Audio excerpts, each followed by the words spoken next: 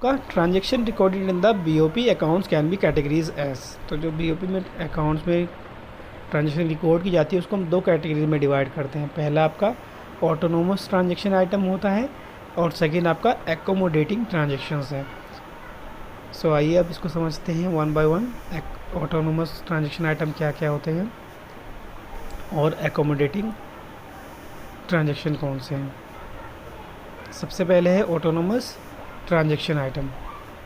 सो ये क्या है दोस्तों, it refers to the those international economic transaction which takes place due to the some economic motive such as profit maximisation.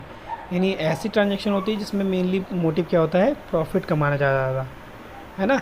And it is due to this transactions that there is a BOP surplus और deficit. और इसकी वजह से क्या होता है, BOP में surplus या फिर डेफिसिट होता है।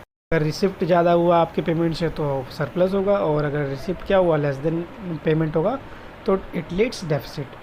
ठीक है।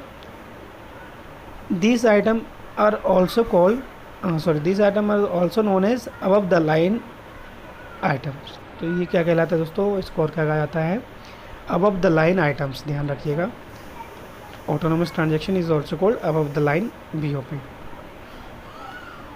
These transactions are independent of the states of BOP account. For example, if the foreign company is making investment in the India with the aim of earning profit, then such transaction is independent of the country's BOP situation. These transactions take on both current and capital account. तो ध्यान रखिए, ये जो transaction होती है independent होती है आपकी स्टेट BOP अकाउंट से, है ना। जैसे कि एग्जांपल दिया है कि कोई फॉरेन कंपनी है, उसने क्या किया, इन्वेस्टमेंट किया है इंडिया में प्रॉफिट कमाने के लिए। तो इस तरह की ट्रांजैक्शन क्या है, आपकी बीओपी इंडिपेंडेंट है कंट्रीज़ बीओपी सिचुएशन से, और ये दोनों साइड में आएगा, आपके करंट अकाउंट में भी। और नेक्स्ट है आपका एकोमोडेटिंग ट्रांजेक्शन आइटम। तो ये क्या होते हैं दोस्तों, it refers to the transaction that are undertaken to the cover of deficit और surplus in the autonomous transaction. तो ये ट्रांजेक्शन कब होती है, जब आपके ऑटोनोमस ट्रांजेक्शन में आइटम में सरप्लस या डेफिसिट हो, है ना। तो उसको मेंटेन करने के लिए जो खर्च होता है ना, एक्सपेंडिचर होता है, that is comes under the accommodating transaction item. ध्यान रखिएगा।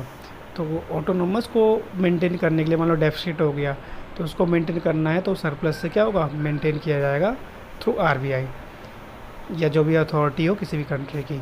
ठीक है, मॉनेटरी अथॉरिटी। आपकी इंडिया की आरबीआई है, तो इस दैट्स वाई मैंने आपको बताया आरबीआई है ना। वो क्या करेगा, वो डेफिसिट को कवर करेगा।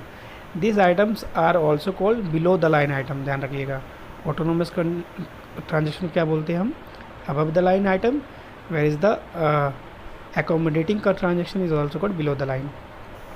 This transaction take place only on the capital account. ठीक है। तो ऑटोनोमस ट्रांजेक्शन आपकी दोस्तों दोनों अकाउंट्स में नोट किए जाते हैं, जबकि जो आपका एकोमोडेटिंग ट्रांजेक्शन आइटम है वो केवल आपका कैपिटल अकाउंट में नोट डाउन होगा। For example, if there is the current account deficit in the BOP then the deficit is settle by the capital inflow. तो मैंने आपको ऑलरेडी बताया, अगर डेफिसिट होगा तो वो सरप्लस से क्या किया जाएगा, सरप्लस इनफ्लो फ्रॉम अब्रोड से मेंटेन किया जाएगा। It does not involve the movement goods across the border. तो ये जो मूवमेंट होती है किसी भी गुड्स एंड सर्विस की अक्रॉस द बॉर्डर नहीं होता, यानी विद इन द कंट्री के अंदर ही रहता है। ठीक है, ये transaction. These items involves only the movement of official rates with the RBI. तो क्योंकि मेंटेन कौन करता है, आरबीआई, दैट्स वाई ये आपकी कंट्री के बॉर्डर के अंदर ही ट्रांजेक्शन्स होती है सारी।